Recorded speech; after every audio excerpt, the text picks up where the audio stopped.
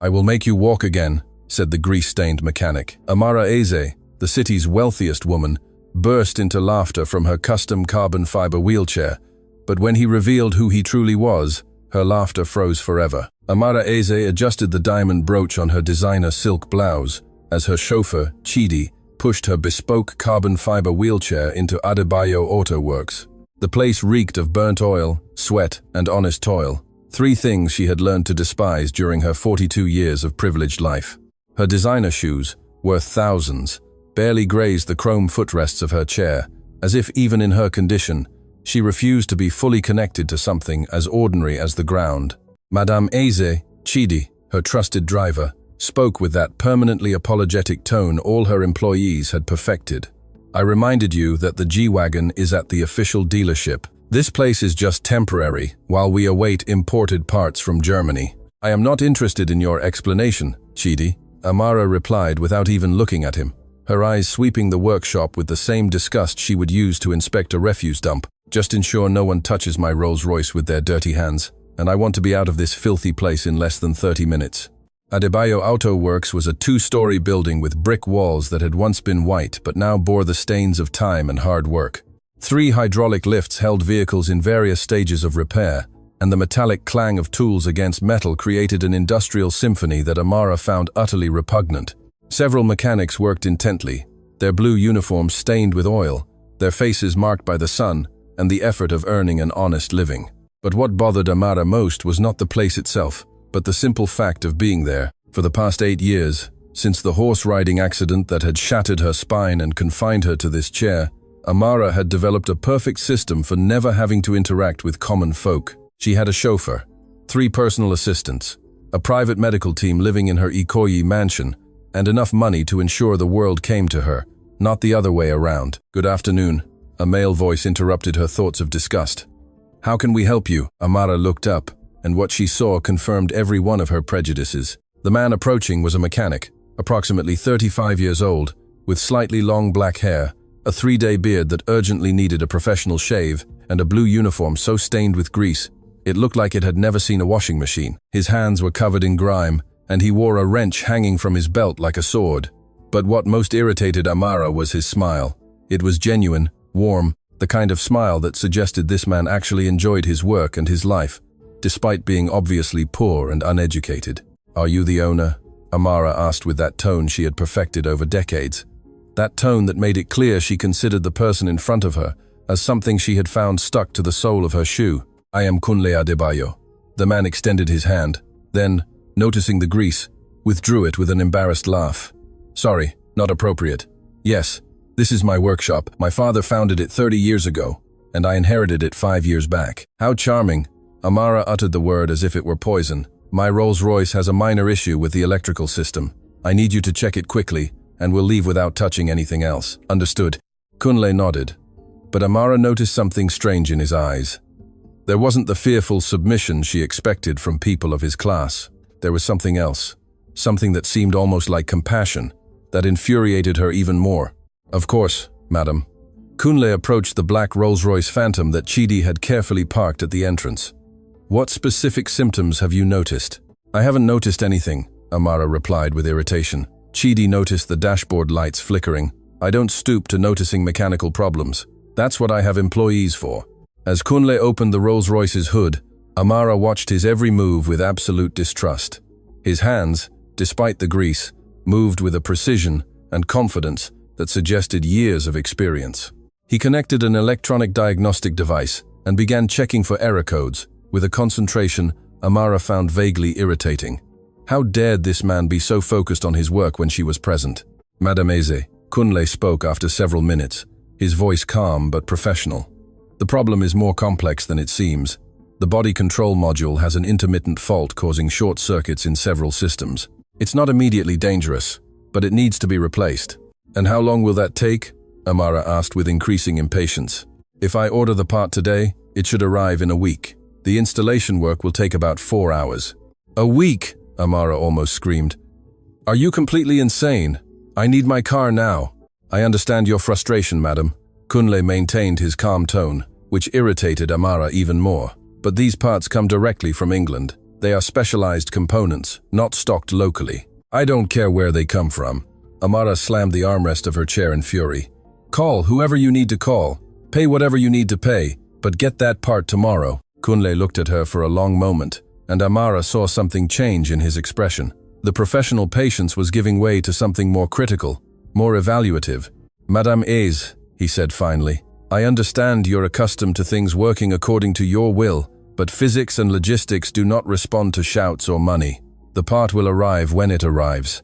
The silence that followed was so tense that even Chidi, accustomed to Amara's outbursts, involuntarily took a step back. How dare you speak to me like that? Amara hissed, her face reddening. Do you have any idea who I am? Yes, Kunle replied with a calm that was more devastating than any shout. You are Amara Eze, heiress to the Eze pharmaceutical fortune, director of 6 companies, and, from what I've read in the news, one of the wealthiest women in the country. You are also someone who apparently never learned that respect cannot be bought with money. Amara gasped. For 8 years, no one, absolutely no one, had spoken to her like that. Her wealth had built a protective wall where every word was measured, every interaction controlled, every person knew exactly how far they could go. I will destroy you. Amara pronounced each word with pure venom. I will make sure you never work in this city again. I will buy this building and demolish it. I will make your life a living hell. You can try. Kunle shrugged, returning to check the engine. But that won't make your car part arrive any faster. It was then that Amara noticed something. On the workshop wall, behind Kunle, there were several framed diplomas. They were hard to see clearly from where she was, but one of them seemed to have a university seal. A mechanic with a university diploma. Impossible. What are those papers on the wall? She asked, her curiosity temporarily overcoming her fury. Kunle followed her gaze and smiled slightly. Memories of another life. What does that mean? It means we all have stories we prefer not to tell, Madame Eze. You have yours, I have mine. The cryptic answer only intensified Amara's irritation. She hated not knowing things. She hated feeling that someone had information she didn't control. It was in that moment of absolute tension, when something happened, that would change everything. Amara, in her fury, tried to move her chair abruptly forward to get away from Kunle, but one of the wheels hit a small rise in the uneven workshop floor. The chair tilted dangerously to one side. Amara screamed, her hands desperately reaching for something to hold on to. Chidi was too far away. The other mechanics hadn't noticed. Everything happened in slow motion. But before the chair fully fell, Kunle moved. It wasn't a casual or clumsy movement. It was precise, calculated, perfect. In an instant, he was beside her, his arms holding her with a firmness that suggested professional training. He stabilized the chair with an ease that seemed impossible. And in the process, Amara felt something she hadn't felt in 8 years. Her muscles. Kunle had held her in a way that had pressed certain points on her back, and for a fraction of a second, she had felt something. Not pain, not the usual nothingness, but a real, tangible sensation. Are you okay? Kunle asked, ensuring the chair was completely stable before releasing her. Amara didn't respond immediately. She was processing what had just happened. The doctors had been clear. Her spinal cord injury was complete. There was no sensation below her waist. It was permanent, irreversible, final. But she had just felt something. What did you do? She whispered, her voice trembling. I prevented you from falling, Kunle replied, clearly confused by the question. No, Amara grabbed his arm with surprising force. How did you hold me? Where exactly did you place your hands? Kunle blinked, even more confused. I supported your mid-back and stabilized your weight by distributing it through specific pressure points. It's basic injury prevention technique. I learned in. He stopped abruptly, as if he had been about to reveal something he preferred to keep hidden. You learned where? Amara pressed. All her attention now focused on this strange mechanic who had just made her feel something the world's best neurosurgeons had told her was impossible. Kunle pulled away, his expression closing off. In workplace safety training, all mechanics learn basic first aid techniques. It was an obvious lie. Amara had known liars all her life. She had made fortunes by identifying when people were hiding information. This man was lying, and that only intensified her curiosity. I felt something, Kunle. Her voice was barely a whisper now. When you held me, I felt something in my back. Doctors say that's impossible. Kunle looked at her for a long moment, and Amara saw something change in his eyes. It was as if he was making a decision, evaluating options, calculating risks. Doctors are usually right, he said finally. but his tone suggested there was much more he wasn't saying. "Don't lie to me, Kunle," Amara commanded. But for the first time in years, it wasn't an order based on arrogance, but on genuine desperation. "What did you just do?" Kunle sighed deeply, like a man who knew he was about to cross a bridge he couldn't uncross. "Madame Eze," he began slowly, "may I ask you some questions about your injury?" "Why would a mechanic want to know about my injury?" Amara replied, but there was less venom in her voice. Now there was something else. Small, fragile hope. But it was there, because before being a mechanic, Kunle paused significantly. I was other things, and those other things taught me to recognize certain patterns. "Your injury was classified as complete?" Amara nodded slowly. T6 complete, total paraplegia, no sensation, no movement, no hope. "And did the doctors perform tests for residual neurological function?" The question was so specific, so technical, that Amara felt a shiver run down her spine ironically, in the part where she supposedly couldn't feel anything. "How do you know those terms?" she asked. "Please answer the question." "Yes, multiple tests, MRIs, EMGs, evoked potentials, everything confirmed complete injury." Kunle nodded thoughtfully, as if processing complex information. Then he did something completely unexpected. He knelt in front of her chair, completely ignoring the fact that his already dirty uniform now got even dirtier against the greasy floor. "Madame Eze," he said with a seriousness that contrasted dramatically with his ordinary mechanic's appearance, "I'm going to tell you something you'll probably think is crazy. You can laugh at me, you can threaten to destroy me again, but I need to say it anyway." Amara waited, her heart beating with an intensity she hadn't felt in years. "I can make you walk again." The silence that followed was so absolute that Amara could hear the hum of the fluorescent lights in the workshop. Then, like a wave finally breaking against the shore, she began to laugh. It wasn't a delicate or contained laugh. It was a hysterical outburst, the kind of laughter that comes when something is so absurd, so ridiculously impossible, that the mind has no other available response. "You," Amara could barely speak between laughs.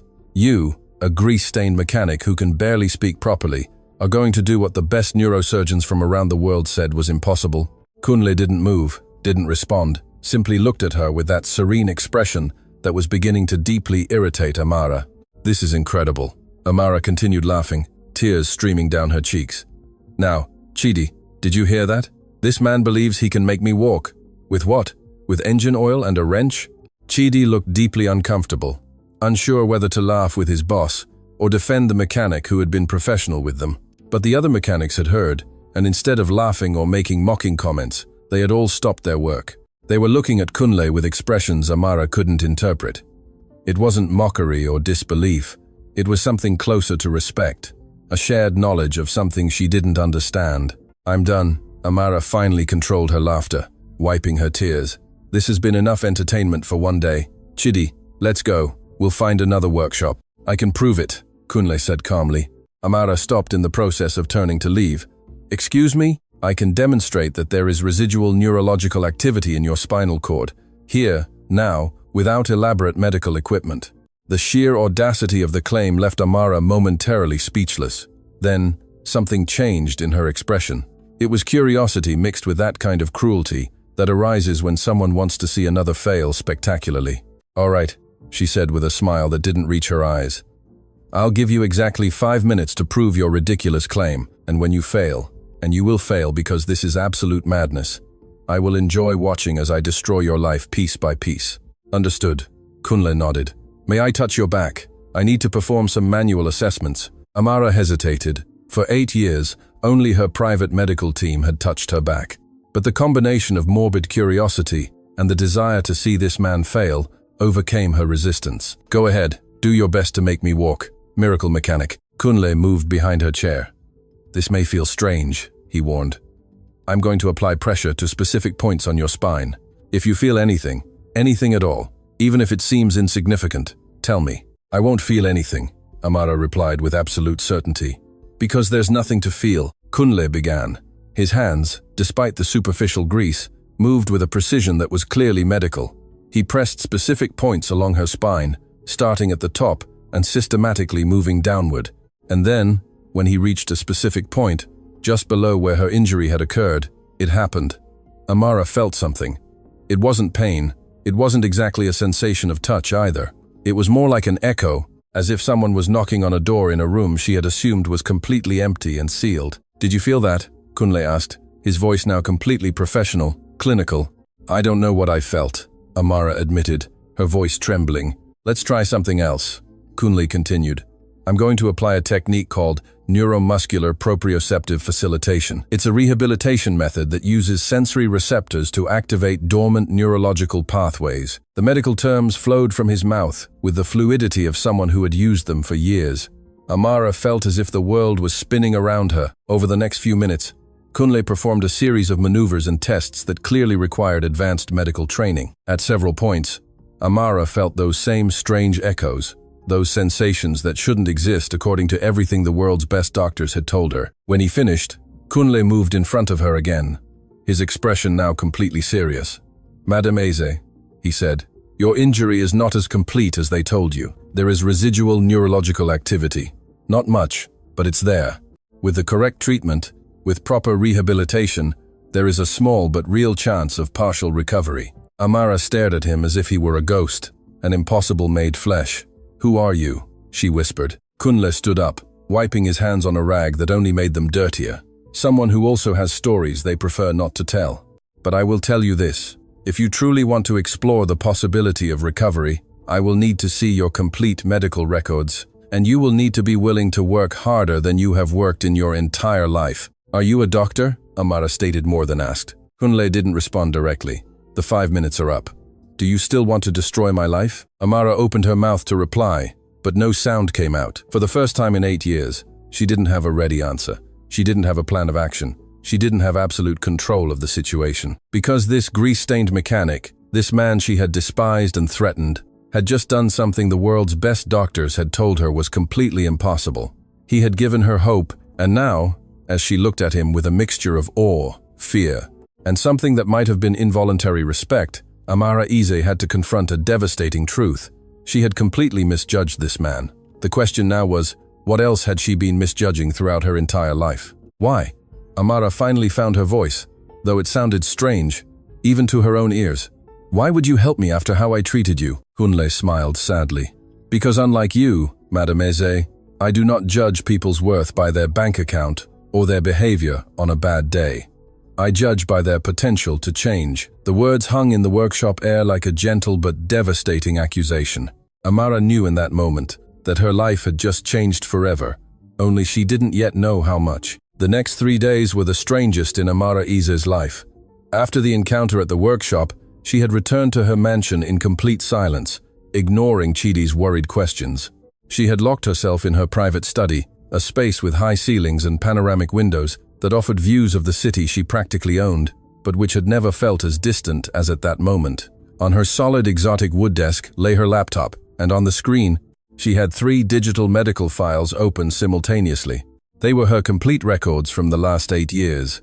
Dozens of MRIs, reports from world-renowned neurosurgeons, evaluations from spinal cord injury specialists, all reaching the same devastating conclusion: complete, irreversible, permanent injury. But she had felt something. Those strange echoes Kunle had provoked with his precise hands. And more than that, she had seen something in his eyes that the world's most expensive doctors had never shown. Genuine certainty mixed with a deep understanding of something that went beyond the numbers in a report.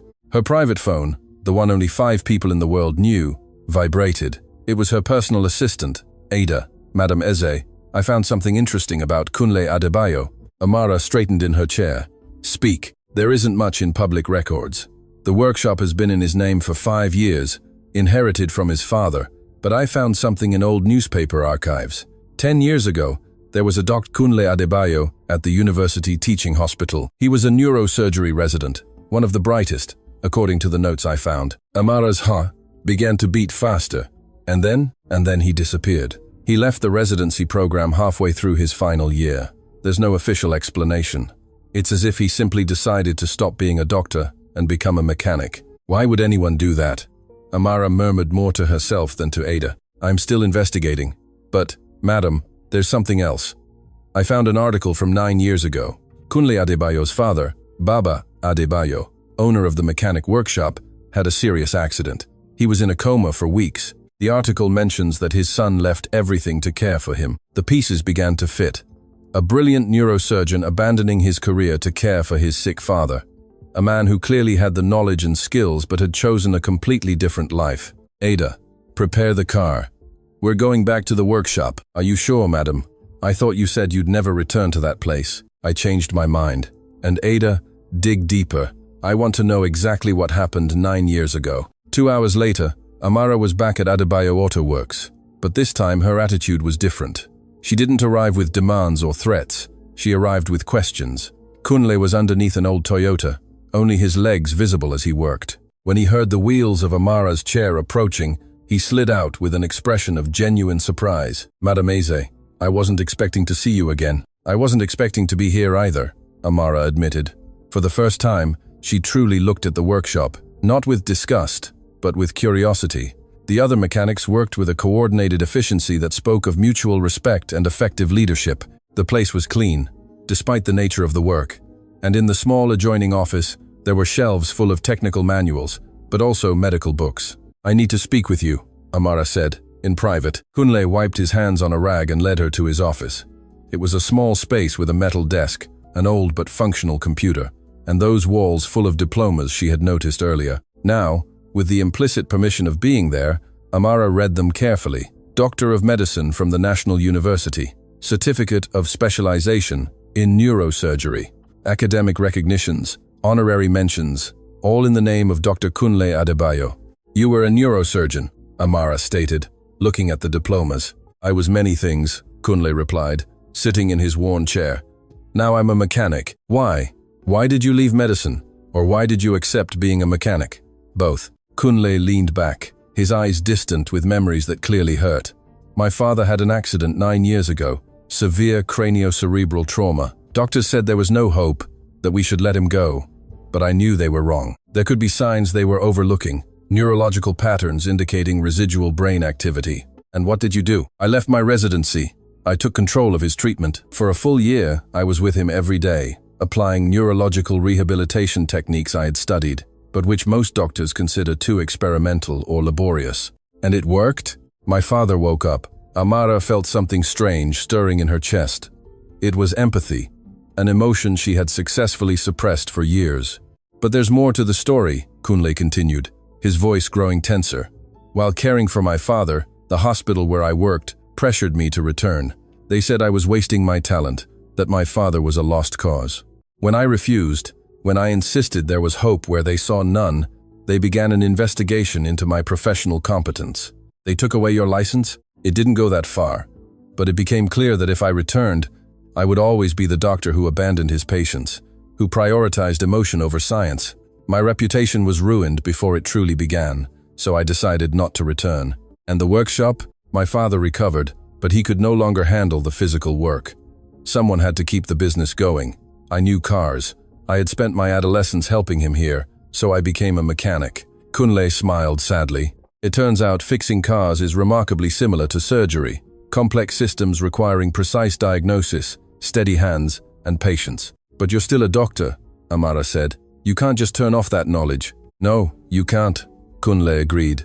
That's why, when I saw you that day, when I noticed certain signs in your posture and your reflex movements, I recognized a pattern. And when I held you during that near fall, I felt muscular resistance where there shouldn't have been any. Small, but there. Amara took a deep breath. Doctors have told me for 8 years there's no hope, that I must accept my condition and adapt my life. Why should I believe you over them? You shouldn't, Kunle replied honestly, at least not without evidence. That's why, if you truly want to explore this, we'll need to do a complete evaluation. I can't use official medical equipment. I lost those privileges. But I know manual neurological assessment techniques that are as precise as many modern tests. And if you find there's a possibility of recovery, what then? Then I'll design a rehabilitation program. It will be intense, painful, and there are no guarantees. You could work for months and recover only a little sensation, or you could recover much more. We won't know until we try. Amara studied him for a long moment. This man had sacrificed a promising career for his father. He had endured the rejection of his colleagues for believing in something others considered impossible, and he had been hiding in this workshop, using his magical hands to fix engines instead of saving lives. There's something you need to understand, Amara said slowly. For 8 years, I've built a life around my condition. I've accepted certain limitations. I've found power elsewhere. If you give me hope, and then that hope turns out to be false, I won't just be physically where I started. I'll be emotionally destroyed. I know, Kunle nodded. Hope is the most dangerous emotion for someone with a spinal cord injury. That's why I don't promise miracles. I only promise honesty and my best effort. And if it works, Amara continued, if I really can recover something, it will be because a mechanic did what the world's best neurosurgeon said was impossible. Do you understand how humiliating that would be for me? More humiliating than spending the rest of your life wondering if there was an opportunity you didn't take? Kunle asked gently. The question hit Amara like a punch. He was right. He was completely right. All right, she said finally. Do it. Evaluate me. And if you find something real, something that justifies this madness, I'll consider your rehabilitation program. Kunle nodded and stood up. I'll need about 2 hours. Can you stay? Amara looked at her limited edition Patek Philippe watch. She had 3 meetings scheduled that afternoon, all important for businesses managing millions of dollars. But suddenly those meetings seemed completely insignificant compared to the possibility, however remote, of recovering something she had assumed lost forever. Cancel everything, she told Chidi on the phone. I'll be here as long as it takes.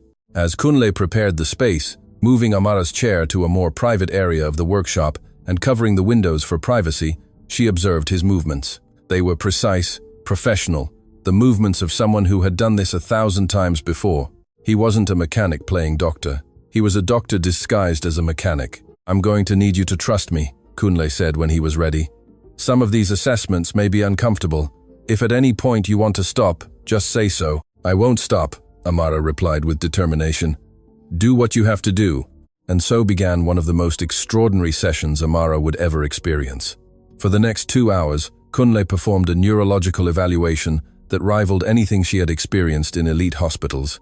He used his hands as diagnostic instruments, applying pressure to specific points, eliciting reflexes, evaluating microscopic muscle responses, and slowly, methodically, he found what he was looking for. Here, Kunle pressed a specific point on her lumbar spine. Do you feel this? Yes, Amara whispered, tears forming in her eyes. It's small, like a distant tingling, but yes. And this? He moved his hands slightly lower. Also. My God, I feel that too. Kunle continued documenting every response, every sensation, every tiny sign of neurological activity that shouldn't be there according to her official medical records. When he finally finished, he sat in front of her with a serious but hopeful expression. Madame Eze, he began, your injury is not complete. There are residual neurological pathways. They are weak, very weak, but they are there. With intensive rehabilitation, specifically designed to activate those pathways, there is a real possibility of recovery. How much recovery? Amara asked, her voice trembling. I can't promise you'll walk independently again. Kunle was brutally honest. That would be irresponsible, but I believe we can regain significant sensation, perhaps some muscle control, and hopefully enough function to dramatically improve your quality of life. The tears Amara had been holding back finally fell. For 8 years she had accepted a life sentence with no possibility of change, and now a grease-stained mechanic was telling her there was hope. Why? She asked between sobs. Why didn't the other doctors detect this? Because they weren't looking, Kunle replied simply. Your initial injury was severe. Doctors saw the obvious damage and assumed it was complete. But spinal cord injuries are complex. Sometimes neurological pathways survive, but enter a state of dormancy. They're not dead, just dormant, and with the right stimulus, they can wake up. When do we start? Amara asked, wiping her tears. That depends on you, Kunle said. The program I design will be brutal. Daily sessions of 3 to 4 hours, painful exercises, slow and frustrating progress. There will be days when you'll want to give up, when you'll wonder if it's worth the effort. I won't give up, Amara declared with a ferocity that surprised even herself. I've survived 8 years in this chair. I can survive whatever it takes to get out of it. Kunle smiled, and for the first time, Amara saw genuine approval in his eyes. Good, because we're going to need that determination. We start tomorrow. If you're ready, I'll be ready, Amara promised. As Chidi drove her back to her mansion that night, Amara looked out the window at a city she knew so well, but which suddenly seemed completely different. The world hadn't changed. She had changed. For 8 years she had used her disability as armor and as a weapon, as an excuse to isolate herself, to justify her cruelty, to keep everyone at a distance. But this mechanic with magic lowlands and a secret past had just offered her something more dangerous than any threat: possibility. And Amara Eze, the woman who controlled empires but couldn't control her own body, was about to discover that the real challenge wasn't physical, it was emotional, because regaining the ability to walk would mean confronting all the reasons why she had stopped trying in the first place. The dawn of the next day found Amara awake. She hadn't slept. She had spent the entire night staring at her bedroom ceiling, processing what was about to begin. At 6 a.m., when her private nurse, a middle-aged woman named Rosa, who had worked for her for 3 years, came in for the usual morning routine, Amara was already dressed in sportswear she had specially ordered for the occasion. "Madame Eze," Rosa seemed genuinely surprised. "Are you going out so early?" "I'm going to the workshop," Amara replied, applying cream to her hands with precise movements. "And Rosa, I need you to prepare my exercise room.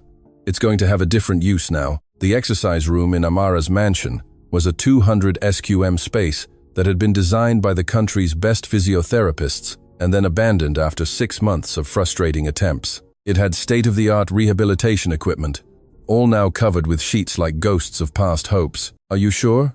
Rosa asked gently. She had been present during those devastating 6 months, when Amara had tried every conventional treatment, and all had failed. She had seen the pain, the frustration, and finally the resignation. "I have never been surer of anything," Amara replied with a determination that made Rosa involuntarily step back. Kunle's workshop officially opened at 8, but Amara arrived at 7. Kunle was already there, which didn't surprise her. There was something about this man that suggested hard work was not an obligation but second nature. "You're early," Kunle commented, emerging from his office with 2 cups of coffee. He offered one to Amara, who accepted it with a surprise she couldn't hide. In her world, people served her. They didn't offer. "I wanted to start," Amara admitted. "I don't want to waste another day." Kunle nodded in approval. "Good, because what I'm going to ask you to do will challenge everything you think you know about limits." He guided her chair to a section of the workshop that had been completely transformed overnight. Where there had once been tools and car parts, there was now a professional exercise mat, resistance bands, and several devices Amara recognized from her own abandoned exercise room. "Did you do all this last night?" she asked, genuinely impressed. "With help from my mechanics," Kunle replied. "They know what I'm doing. In fact, 2 of them have worked with me on similar cases over the past few years." "Similar cases?" "You're number 17, Kunle admitted. "Patients whom other doctors gave up on, who found their way to this workshop one way or another. Not all have succeeded, but approximately 60% have experienced some degree of recovery." The revelation left Amara momentarily speechless. This man had been performing medical miracles in secret from a mechanic's workshop, helping people the official medical system had abandoned. "Why don't you do this officially?" she asked. "Why hide here?" "Because the medical system requires things I cannot or do not want to provide," Kunle replied as he prepared the space. "It requires credentials that were unfairly denied to me. It requires charging prices most of my patients could never afford. And it requires following protocols that I know from experience are not always the best." "So, you work for free?" "I work for what people can afford," Kunle corrected. "Some pay nothing. Others, like you, have resources. If you decide to pay me, that money goes into a fund that helps other patients." Amara processed that information. In her world, everything had a price, and that price was usually exorbitant.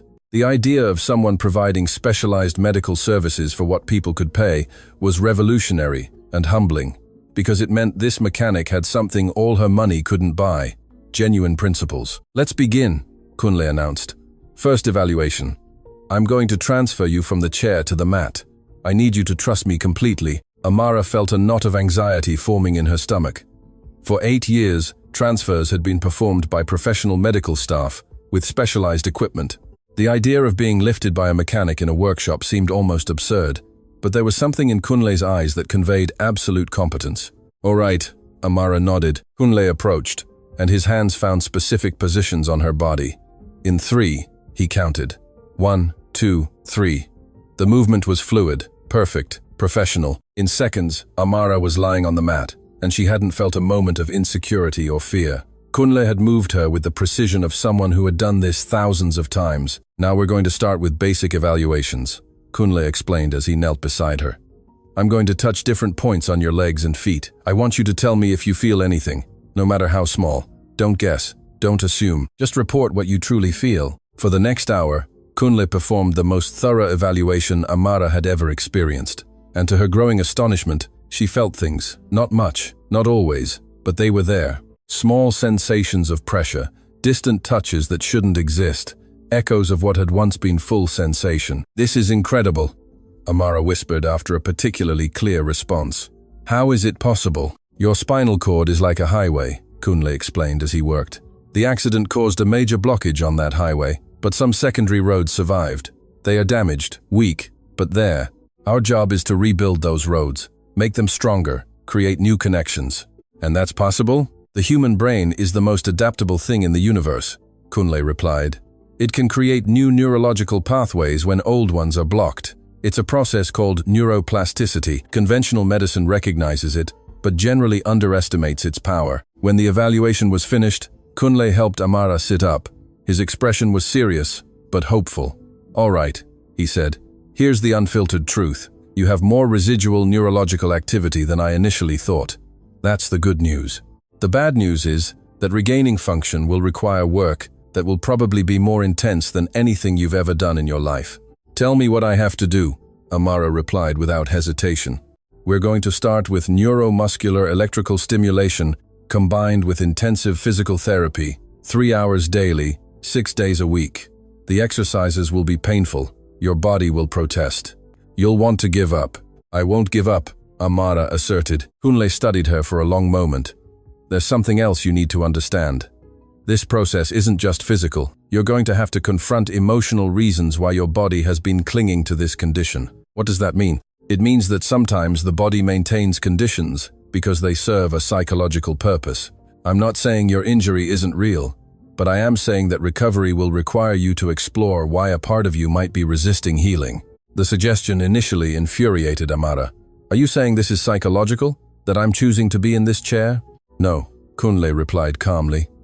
"I'm saying that the mind and body are connected in ways that Western medicine is only just beginning to understand, and that true healing requires addressing both." Amara wanted to argue, wanted to defend her position, but something in the way Kunle had said it made her pause. For 8 years she had used her chair as a shield, as an excuse to control everything around her, to keep people at a distance, to justify her cruelty as a response to trauma. What if part of her really was clinging to this condition because it gave her power in a twisted way? "All right," she said finally, her voice softer. "I'll do the physical and emotional work." Kunle smiled. "Then let's begin. Today we're going to establish your baseline. I want to see what you can do now so we have something to compare later." The next 90 minutes were the most physically challenging Amara had experienced in years. Kunle guided her through exercises that activated muscles she had assumed completely dead. He used electrical stimulation to provoke muscle contractions. Then he taught her techniques to try to replicate those contractions voluntarily. At first, nothing happened. Her legs remained completely inert, no matter how hard she tried. But Kunle was persistent, adjusting techniques, trying different approaches, searching for that spark of neurological connection. And then, after 40 minutes of frustrating attempts, it happened. Amara was intensely focused on her right big toe, trying to move it as Kunle had instructed. She had tried this thousands of times during the first years after the accident, always without result. But this time, with the combination of Kunle's electrical stimulation and her own fierce concentration, she saw something impossible. Her toe moved. It wasn't a large movement, barely a millimeter, perhaps less, but it moved. "Oh my God," Amara cried out, tears instantly welling in her eyes. "It moved! My toe moved!" Kunle leaned closer, watching carefully. "Again. Try again." Amara concentrated all her attention, all her will, on that toe, and slowly, painfully, it moved again. This time a little more clearly. "Yes," Kunle celebrated with her, a genuine smile lighting up his face. "That's it. That's the connection we needed to find." Amara was sobbing openly now, 8 years of hopelessness pouring out in tears that were half relief and half absolute terror. Because if this was possible, if she really could regain function, it meant everything she had been told was a lie. It meant she had spent 8 years accepting a sentence she perhaps didn't have to accept. "It's not your fault," Kunle said gently, as if he could read her mind. "Doctors worked with the information they had. They did their best, but sometimes their best isn't enough." When the session ended, Amara was physically and emotionally exhausted. Kunle helped her back to her chair with the same professional care he had shown before. "Rest today," he instructed. "Your body needs to process what we just did. Tomorrow we'll continue." "Kunle," Amara called before he could leave. "Thank you. Not just for this," she gestured toward the exercise mat, "but for not giving up when you saw something others didn't." Kunle nodded. "Everyone deserves a second chance, Amara, even those who don't think they deserve it." The words stayed with Amara all the way home. She had treated Kunle with absolute contempt at their first meeting. She had threatened him, insulted him, judged him completely based on his appearance, and he had responded with compassion, with professionalism, with a gift he didn't have to give her. For the first time in 8 years, Amara wondered who the person looking back from the mirror truly was. Over the next 3 weeks, Amara transformed. She arrived at Kunle's workshop every morning at 7, before the other mechanics arrived. She worked with an intensity that surprised even Kunle, pushing her body beyond limits she had assumed absolute. And slowly, miraculously, her body responded. The toe movement expanded to more toes. Then she began to feel stronger sensations in her feet. One memorable morning, she managed to slightly flex her ankle. These were small victories, microscopic compared to full function, but for Amara, they were monumental. But the real change wasn't just physical. It was in how Amara began to see the world and herself within it. One morning, she arrived early and found Kunle working on an older woman's worn but clean car. The woman was worried, explaining that she needed her car to get to her job cleaning rooms at the hospital. "I don't have much money," the woman admitted with embarrassment, "but I can pay in installments." "The job is done," Kunle interrupted gently. "There's no charge." "But I can't accept charity," the woman protested. "It's not charity," Kunle replied with a smile. "It's an investment in my community. You care for the sick at that hospital. I care for the people in my neighborhood. We all do our part." Amara observed this interaction from her car, where she waited for Kunle to finish, and she felt something strange and unknown stirring in her chest. Shame. Shame for all the times she had treated acts of kindness as transactions, for all the times she had assumed people only helped when it benefited their own interests. "Do you see that often?" Amara asked, when the woman left, tears of gratitude in her eyes. "What thing?" Kunle replied, already focused on preparing the space for their session. "People who can't pay. Most of my clients can't afford what a normal workshop would charge," Kunle admitted. "That's why I charge what they can.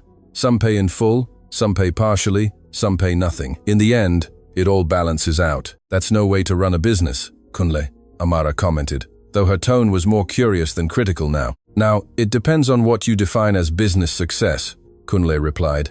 "If it's just money, then no, it's not efficient. But if it's building a community where people care for each other, then I'm the most successful man I know."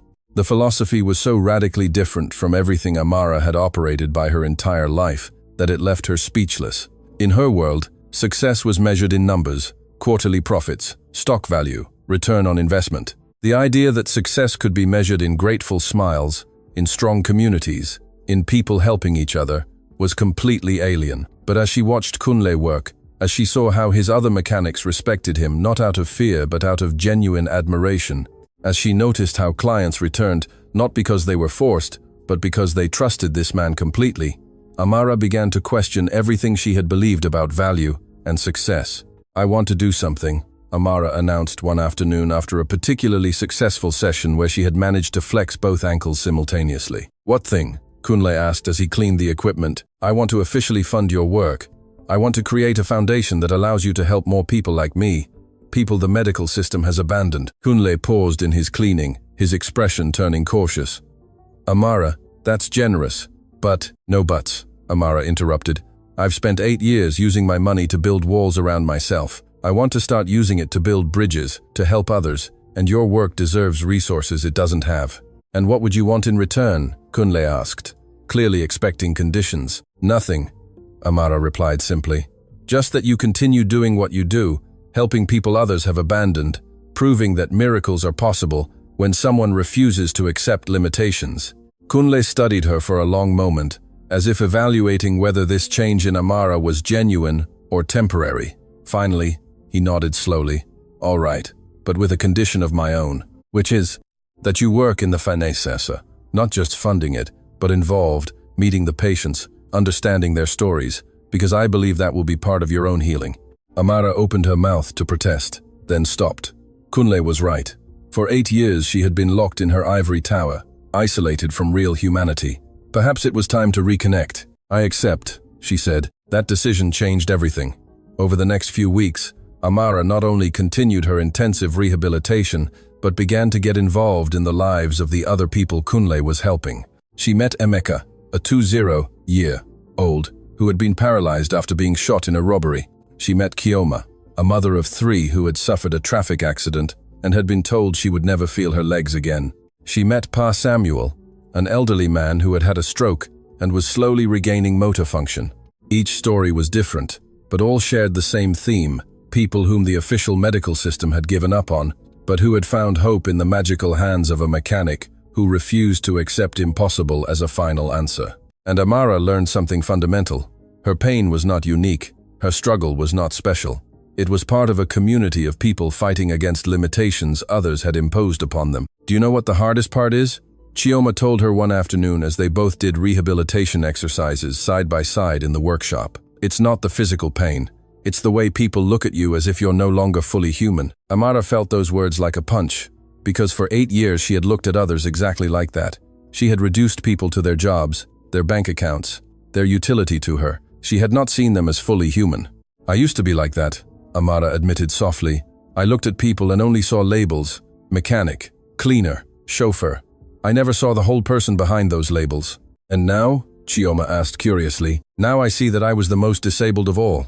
Not in my body, but in my humanity. It was that same week when Amara made a decision that surprised everyone who knew her.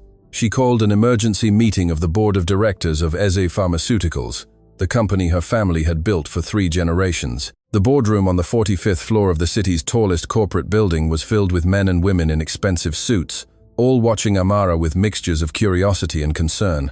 There had been rumors circulating about changes in her behavior, about visits to a mechanic's workshop, about strange investments in unconventional rehabilitation programs. Ladies and gentlemen, Amara began, her chair positioned at the head of the 20-meter-long mahogany table. For the past 8 years, I have run this company from a position of isolation. I have made decisions based solely on profit margins, without considering the human impact of those decisions. The silence in the room was absolute. No one had ever heard Amara admit vulnerability or error. Recently, she continued, I have learned some important lessons about value, about purpose, about what success truly means, and I have decided to make significant changes in how we operate as a company. What kind of changes? Asked Richard Morrison, the CFO who had worked with the Eze family for 20 years. First, we are going to establish a drug access program for people who cannot afford full prices. Second, we are going to invest 30% of our annual profits in research for treatments for conditions that are generally ignored because they are not sufficiently profitable. And third, we are going to partner with community clinics to provide accessible medical care in underserved areas. The murmur that followed was one of shock and disapproval. The chief operating officer, a man named Thomas Bradford, spoke with a tense voice. Madam Eze, with all due respect, those proposals would reduce our profits by approximately 40%. Shareholders will never accept it. Shareholders will accept it because I am the majority shareholder, Amara replied calmly. And I have decided that this company will do more than generate wealth. It will generate hope. This is madness. Bradford stood up, his face reddened. What has happened to you? Is this the mechanic everyone is talking about? Has he brainwashed you? On the contrary, Amara responded, and for the first time, a genuine smile appeared on her face. He has helped me see clearly for the first time in my life, and what I see is that I have been measuring success with the wrong metrics. Then perhaps you shouldn't be running this company, Bradford challenged. Perhaps you are right, Amara agreed, surprising everyone. Perhaps it is time for this company to be led by someone who understands that medicine should not be a business that prioritizes profits over lives. The meeting ended in chaos. 3 board members resigned immediately. Others threatened legal battles, but Amara held her ground. And to her surprise, some board members, especially the younger ones, expressed support. My father worked for your grandfather, said Jennifer Chen, a 5-year-old executive who had recently been promoted. He always talked about how the company used to have a soul, used to care about people. I'm glad to see it returning to those roots. That night, Amara returned to Kunle's workshop. He was closing up, cleaning the day's tools and preparing everything for tomorrow. When he saw her enter, he immediately noticed something different in her expression. What happened? he asked. I just possibly destroyed the family business, Amara replied. But she was smiling. And ironically, I've never been prouder of myself. She told him about the meeting, about the proposals, about the resignations and the chaos.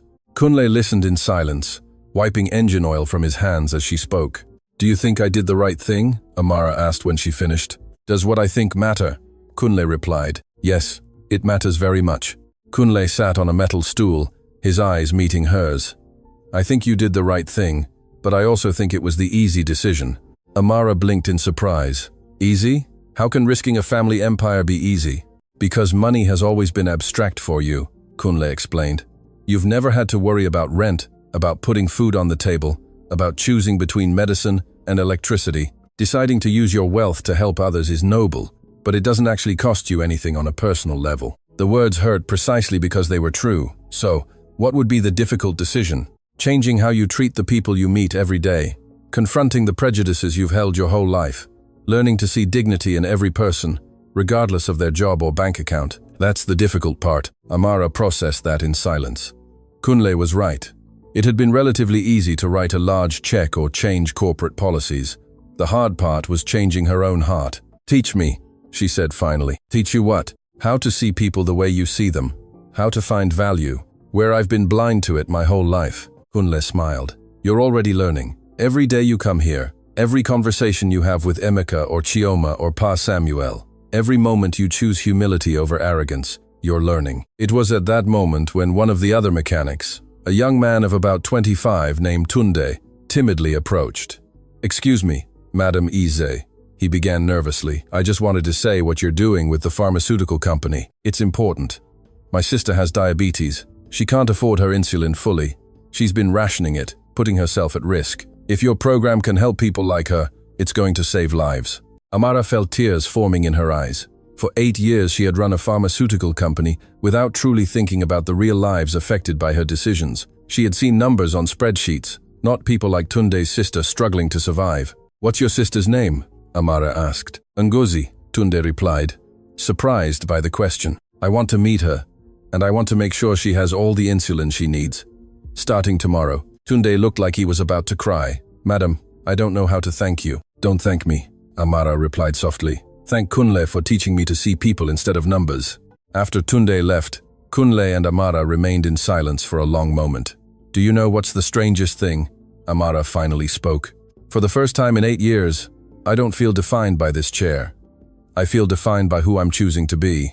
That's because you're healing, Kunle observed. Not just your body, though that's progressing incredibly too, but you're healing the parts of you that were broken long before the accident. The words resonated deeply with Amara. She had assumed her primary trauma was the horse riding accident, the spinal cord injury, but now she was beginning to see that she had been wounded long before that, wounded by a life of privilege that had isolated her from real humanity, by years of learning that money was more important than people, by an education that had taught her to measure worth in material terms.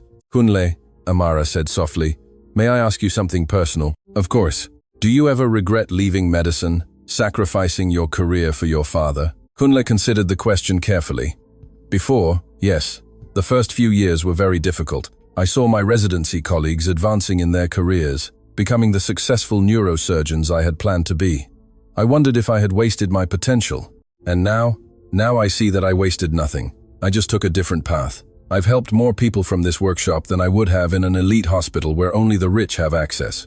I've built a community based on mutual care instead of financial transactions, and I've learned that true success is not measured in titles or prestige, but in lives touched and hearts changed. You are the wisest person I have ever met, Amara admitted. I'm not wise, Kunle laughed. I'm just someone who learned his lessons the hard way and decided not to waste that pain. It was during that conversation when Amara realized something fundamental. She had fallen in love with Kunle, not romantically necessarily, though there were elements of that too, but in a deeper way.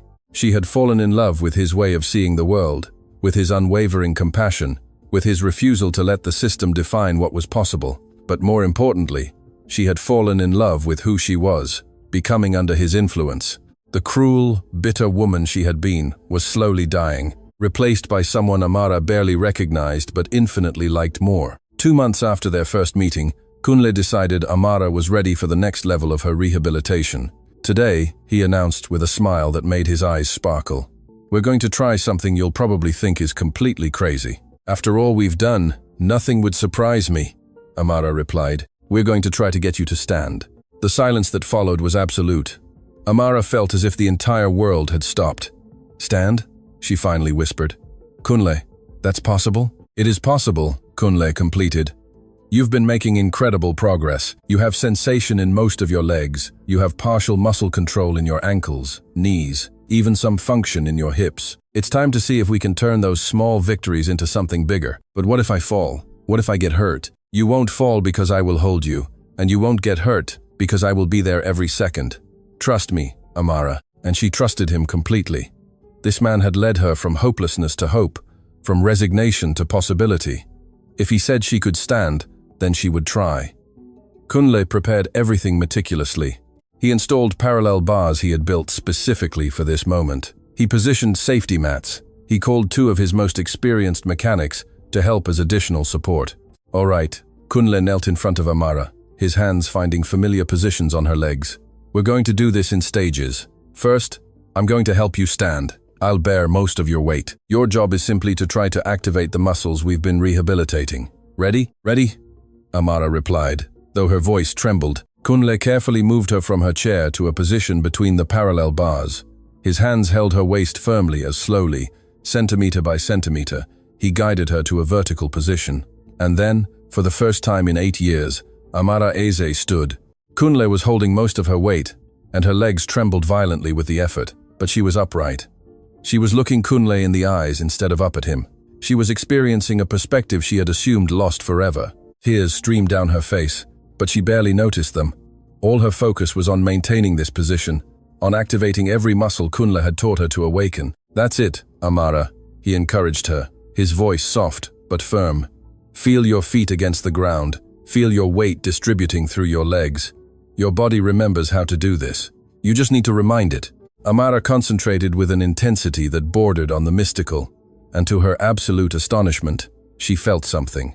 Her legs were not just hanging uselessly, but supporting a small but real fraction of her weight. I feel it, she exclaimed. I'm holding some of my weight. Yes, Kunle celebrated. That's exactly what I wanted to see. Now I'm going to reduce my support a little bit. Very little. I want you to try to maintain your balance. He reduced his grip slightly, and Amara felt her muscles protesting fiercely against the additional work, but she held steady, trembling, unstable, but standing. It lasted only 30 seconds, but they were the 30 most miraculous seconds of Amara's life. When Kunle finally helped her back to her chair, she was sobbing uncontrollably. I stood, she kept repeating. I really stood. The other mechanics who had witnessed the moment were applauding. Some had tears in their own eyes, because all had seen Amara when she first arrived, arrogant and cruel, and all had witnessed her transformation. This is just the beginning, Kunle told her, kneeling in front of her and taking her hands.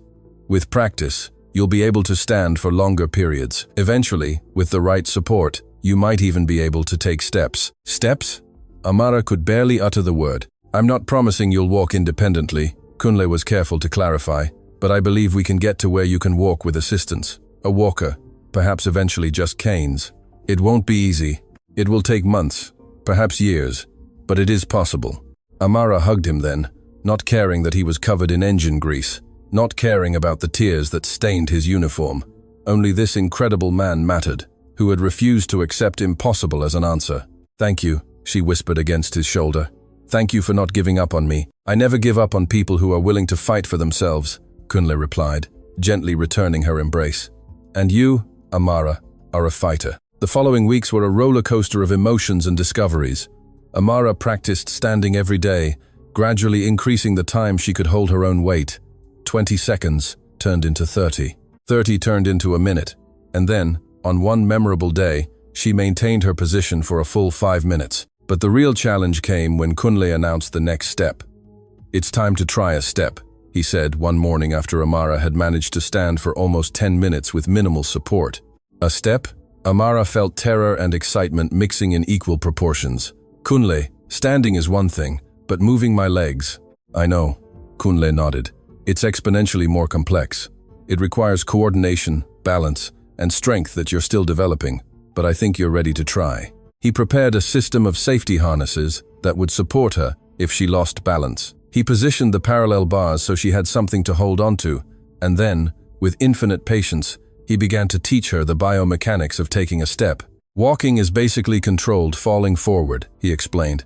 You transfer your weight to one leg, slightly lift the other, move it forward, and then transfer the weight again. Your brain used to do this automatically. Now we have to consciously teach it each element. The first attempt was an absolute failure.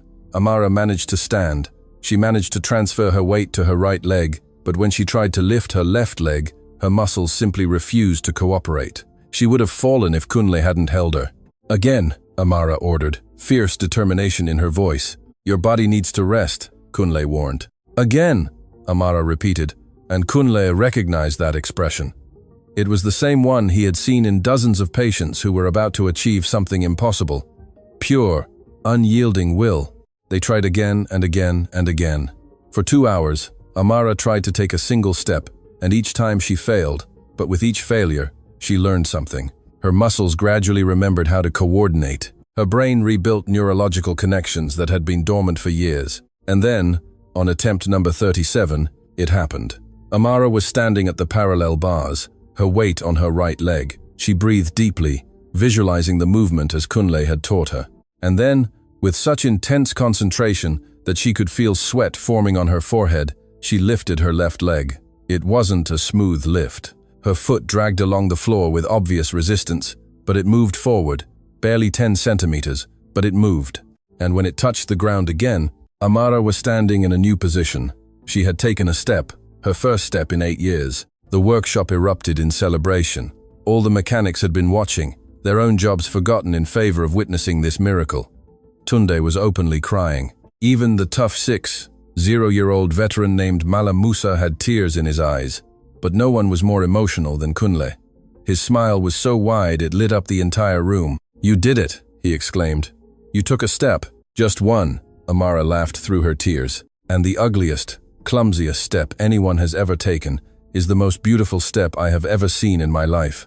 Kunle replied with complete sincerity, because it's a step the world's best doctors said you would never take. Amara looked at this man who had completely transformed her. Not just her body, though that was miraculous in itself, but her soul. He had forced her to confront who she had been, who she wanted to be, and the distance between those two versions of herself. I couldn't have done it without you, she said softly. You're wrong, Kunle replied. I only showed you the way. You did all the work. Over the next 2 months, Amara worked tirelessly to perfect that step. 1 step became 2, 2 became 3, and then, in a moment that would be etched in her memory forever, she walked a full 5 meters with minimal support from Kunle. It wasn't normal walking. Each step required intense concentration. Her right foot dragged slightly. Her balance was precarious. But she was walking truly, genuinely walking. But as her body transformed, Amara realized there was another challenge to face: the outside world. For months, her rehabilitation had been private, contained within the safe confines of Kunle's workshop. But now it was time to confront the society that had known her only as the disabled woman in the carbon fiber wheelchair. The opportunity came when the city's Chamber of Commerce invited her to give the keynote speech at their annual gala. It was an event Amara had religiously avoided for 8 years. The idea of being exhibited in her chair, of being the object of pity or performative admiration, had been intolerable. But now something had changed. I will attend, Amara told Ada on the phone. And Ada, don't mention my chair in any promotional materials. In fact, don't mention my condition at all. Are you sure? Ada asked, clearly confused. It's been your brand for years, the successful CEO who overcame adversity. I don't want to be defined by my disability, Amara replied. I want to be defined by what I'm doing now. On the night of the gala, Amara dressed with a care she hadn't employed in years. She chose a long dress that would cover her legs, but was elegant rather than functional. She applied makeup not to hide, but to highlight. She styled her hair in a way that spoke of confidence rather than control. And when it was time to enter the ballroom of the city's most exclusive hotel, Amara did something no one expected. She arrived walking. She used a specialized walker that Kunle had modified for her. Her steps were slow, deliberate, but she was walking, and the effect in the room was electric.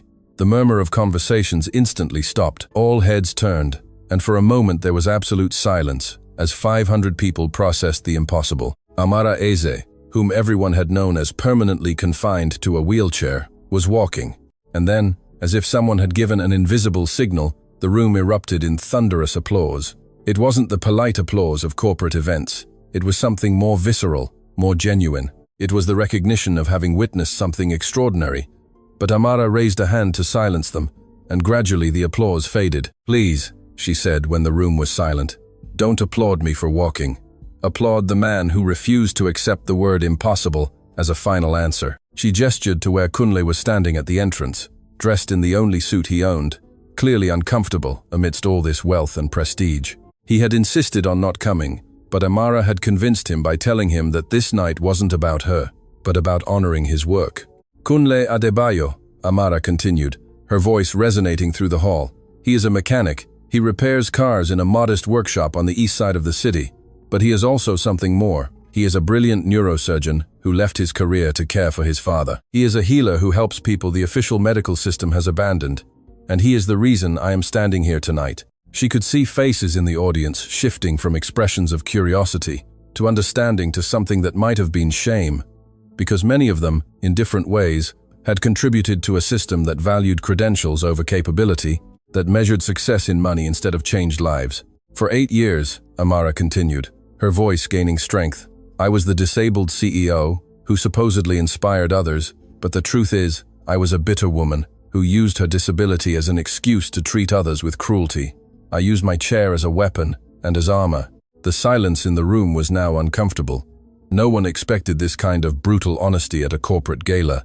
But Kunle taught me something fundamental, that true disability is not physical. It is the inability to see humanity in others. It is the inability to recognize value beyond titles and bank accounts. It is the inability to grow, change, and become a better person. Amara paused, allowing the words to sink in. "Tonight, I am announcing the Adebayo Rehabilitation Foundation.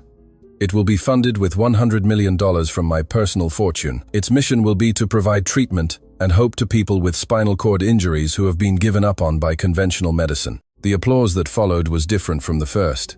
It was more sober, more reflective, because everyone in that room knew that Amara had just fundamentally challenged the medical status quo. "But this isn't just about money," Amara continued when the applause subsided.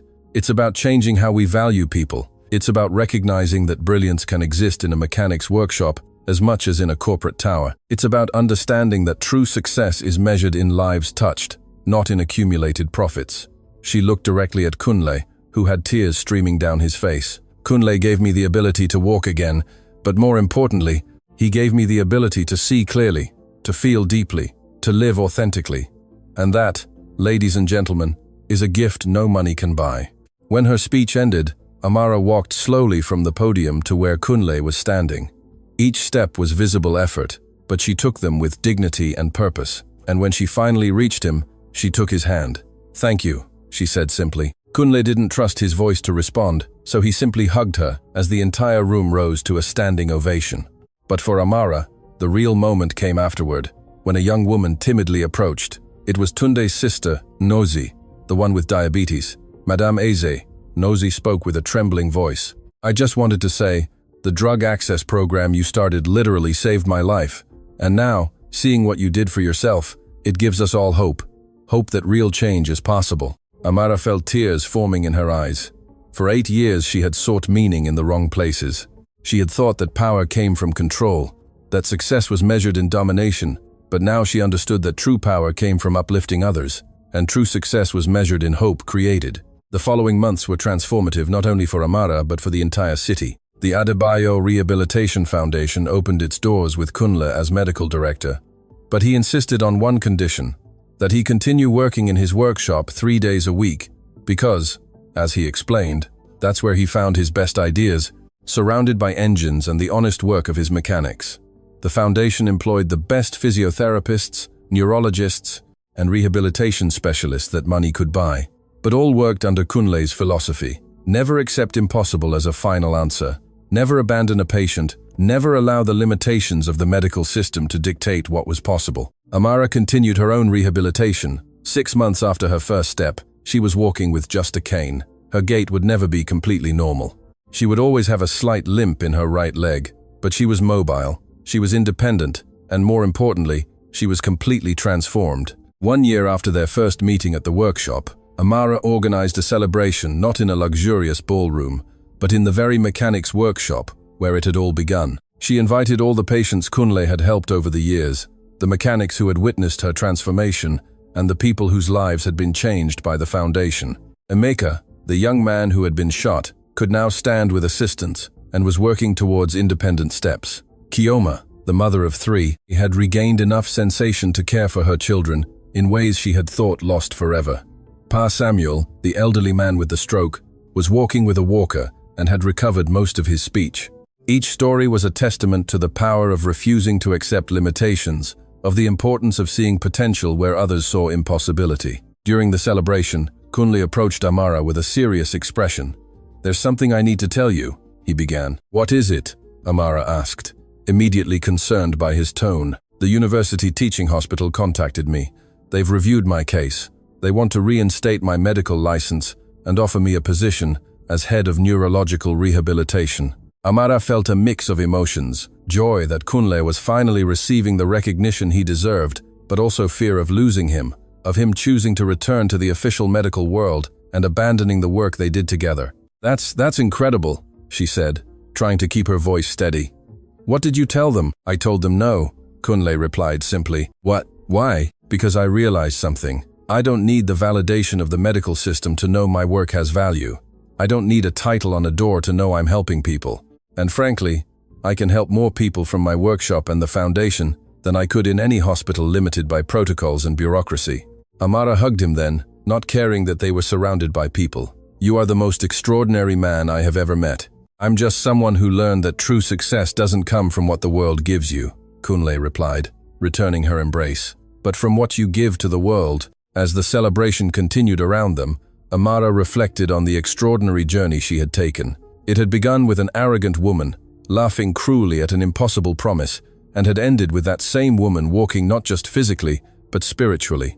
The mechanic had kept his promise. He had made her walk again, but more than that, he had made her live again. He had taught her that real worth is not in what you have, but in who you are and how you treat others. 2 years after their first meeting, Amara was standing in the same place where she had once arrived in her carbon fiber chair, despising everything and everyone around her. But now she was standing on her own legs, surrounded by people she loved and respected, doing work that truly mattered.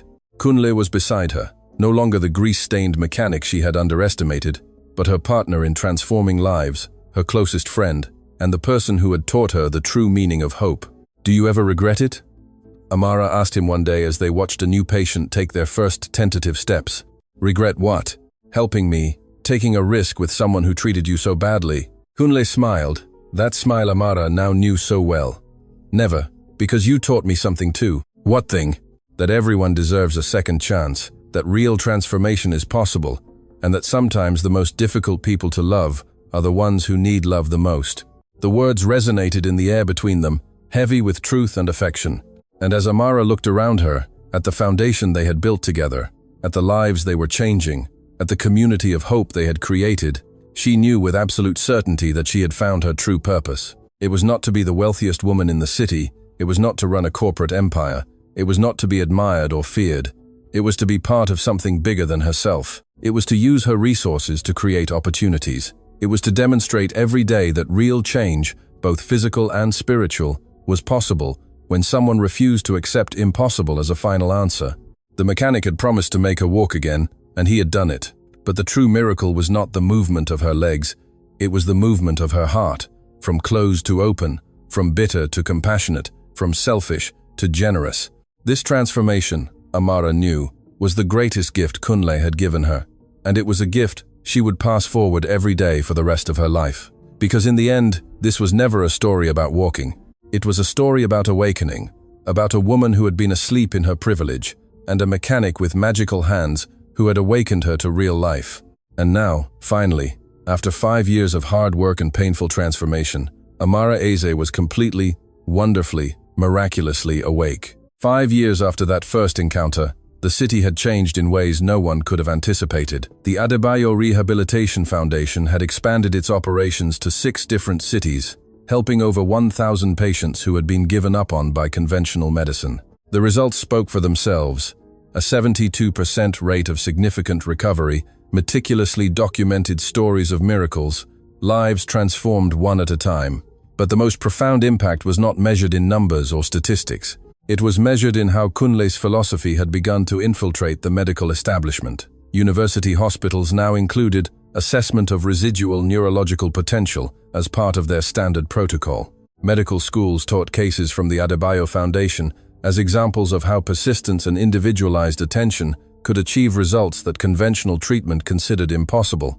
Amara had become a passionate advocate not only for alternative rehabilitation but for a broader philosophy, that human worth is not measured by physical capacity, formal education, or material wealth, but by the impact each person has on the lives of others. She had donated the majority of her fortune to various causes, keeping only enough to live comfortably, but not ostentatiously. Her mansion had been converted into a residential rehabilitation center where patients could stay during their intensive treatments. Her fleet of luxury cars had been sold, the money used to purchase specialized medical equipment. And she, the woman who had once measured her worth in bank account digits, now measured her life in the smiles of patients taking their first steps, in the tears of families reunited with renewed hope, in the simple satisfaction of knowing that every day she made a real difference. Adebayo Auto Works remained open. Kunle insisted on keeping it running, not just for the modest income it generated, but because it was there, surrounded by honest work and the smell of engine oil, where he found clarity and purpose. His mechanics, many of whom were now also certified rehabilitation technicians, divided their time between repairing cars and helping repair lives. One spring afternoon, Amara arrived at the workshop and found Kunle working on an old car. It was a model she immediately recognized. The same Mercedes that had brought her 5 years ago, the one that had started this whole extraordinary story. "That car?" she asked with a smile. Kunle slid out from under the vehicle, his face now marked with lines that spoke of 5 years of intense but satisfying work. "The owner never picked it up. It was abandoned here. I thought about fixing it up and donating it." Amara approached, her steps now completely confident, though she still used a decorative cane more out of caution than necessity. She caressed the hood of the car that had witnessed the beginning of her transformation. "We should keep it," she said softly, "as a reminder of where we began." Kunle stood up, wiping his hands on a rag that immediately made them dirtier. That gesture, which once Amara had seen as evidence of inferiority, she now saw as the mark of someone unafraid to get their hands dirty doing important work. "Do you know what's the most extraordinary thing about these 5 years?" Kunle asked, leaning against the car. "What?" "It's not the number of patients we've helped, though that's incredible. It's not the recognition the foundation has received, though that's also gratifying. It's how your transformation inspired chain transformations that we could never have anticipated." It was true. Amara's story had become legendary. Articles had been written, documentaries filmed, conferences given, but more importantly, it had inspired others to confront their own prejudices, to question their own assumptions about value and capability. Corporate executives had started genuine, rather than performative, inclusion programs. Schools had revised how they evaluated talent and potential. Even the medical system, resistant to change as it was, had begun to adopt more holistic and personalized approaches. "I still have difficult days," Amara admitted, sitting in a nearby chair. "Days where my body aches, where walking is a challenge, where I wonder if all the effort is worth it." "That's completely normal," Kunle replied, sitting beside her. "Healing isn't linear. It's a process with ups and downs. The important thing is that you now have tools to manage those difficult days. The tools you gave me, the tools you found within yourself. I just showed you where to look." They remained in silence for a moment, a comfortable silence that only comes from years of deep friendship and mutual respect. "Kunle," Amara finally spoke, "do you ever think about how improbable all of this was? An arrogant woman laughing at a mechanic who promised the impossible. The odds of this ending well were astronomically low." Kunle smiled, that smile she had learned to love as a symbol of wisdom and kindness. Perhaps that's the most important lesson, that miracles aren't random events that happen to lucky people. They are the result of people refusing to accept limitations, working tirelessly, believing when no one else believes. "You believed when I couldn't, and you worked when I couldn't work for myself." It was collaboration, Amara, like everything important in life. As the afternoon sun painted the workshop with golden light, Amara reflected on the extraordinary journey they had shared. From arrogance to humility, from hopelessness to hope, from isolation to community, from spiritual death to complete rebirth, and she knew with absolute certainty that although her legs had been healed, that had never been the real wound. The real wound had been her closed heart, her inability to see humanity in others, her belief that money and status made her superior. That wound had been healed not by medicine or surgery, but by the persistent kindness of a man who saw potential where others saw impossibility, by a mechanic with magical hands who understood that true healing requires touching not only the body, but the soul. And as Amara stood to leave, walking on legs that were once immobile, supported by strength that was once non-existent, guided by purpose that was once lost, she knew that every step she took was a testament to a fundamental truth. Miracles exist, but they don't come from outside. They come from the decision to believe, to work, to change, to become something greater than we were before. The mechanic had said, "I will make you walk again," and she had laughed. But it hadn't been a lie. It had been a prophecy. Only walking had meant much more than moving legs. It had meant walking towards an authentic life, towards real purpose, towards the person she always had the potential to be, but whom privilege and trauma had kept asleep. And now, finally, after 5 years of hard work and painful transformation, Amara Eze was completely awake, completely alive, completely herself. The journey had begun with cruel laughter and ended with deep gratitude. And that, Amara knew, was the most beautiful story she could ever tell. See,